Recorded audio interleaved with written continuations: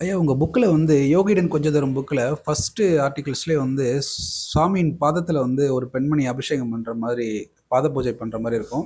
அப்போ சாமி பாதத்தில் வந்து கற்களும் முட்களும் மிகுந்த அந்த பாதங்களை பார்த்து கண்ணீர் சிந்திருக்காங்க.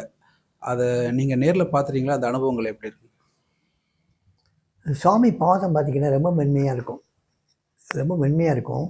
எல்லார் கால்லையும் ஒரு வளைவு இருக்கும். அந்த வளைவு சாமிகிட்ட இருக்காது. இந்த வளைவு இருக்கே, இது வந்து சாமிகிட்ட இருக்காது.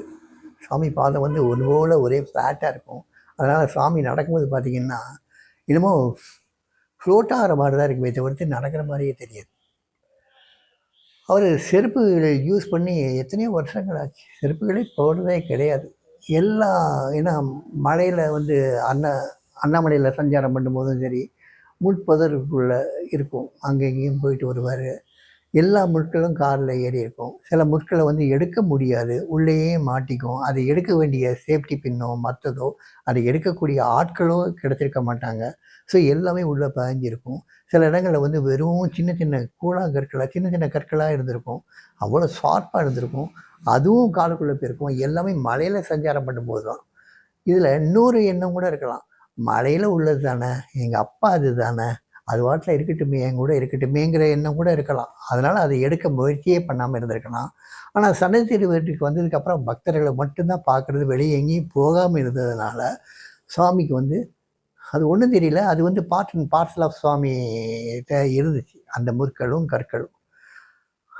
தற்செயலாக அந்த லேடி, ஒரு மிடில் ஏஜ் லேடி வந்து பார்க்கும்போது, சாமியுடைய காலை மசாஜ் பண்ணி பார்க்கும்போது அந்த பாதத்தில் நிறைய நெருடல் தெரிஞ்ச உடனே அப்போ தான் கேட்குறாங்க, சாமி நிறைய கற்களும் முதுகும் இருக்கே சாமி, நான் எடுத்து விடவான்னு கேட்குறாங்க. சாமி வந்து எடுக்கலாமாங்கிறாப்புல. அந்த ஒவ்வொரு கல்லையும் முள்ளையும் எடுக்கும்போது சாமி எந்த உணர்ச்சியும் காட்டாமல் அவட்டில் கொடுத்துட்ருக்காரு. அது ஒவ்வொன்றா எடுத்துகிட்டு கண்ணீர் வடிப்பாங்க அவங்க. 2 கால்லேருந்து எடுத்துருவாங்க. எடுத்த உடனே அதில் சில இடத்துல வந்து ரத்தம் வடிகிற மாதிரி இருக்கும். ஸோ இதெல்லாம் கழுவுறதுக்காக அவங்க வீட்டுக்காரரை விட்டு, அவன் வீட்டுக்காரர் சாதாரண ஆள் கிடையாது, ஹைகோர்ட் ஜட்ஜி அவர். என்ன இந்த வீட்டுக்காரம்மாவும் ரொம்ப பெரிய போய்ட்டு, ரொம்ப பெரிய போய்ட். ஸோ இவங்க அவங்க வீட்டுக்காரர் தண்ணி பின்னால் கிணத்துல சேர்ந்து எடுத்துகிட்டு வர்றாங்க. இவங்க பழங்கள் புஷ்பங்கள் வைக்கிறதுக்கு பெரிய தாம்பாளம் ஒன்று கொண்டு வந்திருந்தாங்க. அந்த தாம்பாளத்தில் வந்து சாமி பாதத்தை வச்சு அந்த ரத்த வடிக்கூடிய பகுதி எல்லாத்தையுமே தொடச்சி எடுத்து, துணியில் தொடச்சி எடுத்து 2 காலையும் சுத்தம் பண்ணி, அதுக்கப்புறம் வந்து அந்த தண்ணி மறுபடியும் எடுத்து வந்து காலில் வந்து அபிஷேகம் பண்ணுற மாதிரியே பண்ணுவாங்க.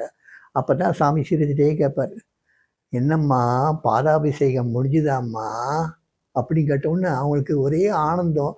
ஸோ நம்மளை அறியாமலே நம்ம வந்து சாமிக்கு பாதாபிஷேகம் பண்ணியிருக்கோமேன்னு சந்தோஷத்தில் 2 பேரும் போதிச்சு போவாங்க. ரொம்ப நல்லா இருந்தது அந்த சீன்.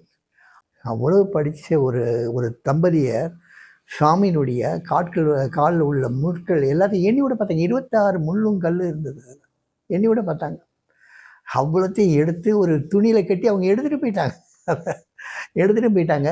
காலை சுத்தமாக வச்சுட்டு போனாங்க. ஸோ அந்த மாதிரி பக்திமான்லாம் இருந்தாங்க. அந்த பக்திமானில் இப்போ எல்லாம் மறந்துட்டாங்க. எல்லாருமே மறந்துட்டாங்க. ஆனால் ரொம்ப பெரிய பக்திமான்கள் அவங்கெல்லாம்.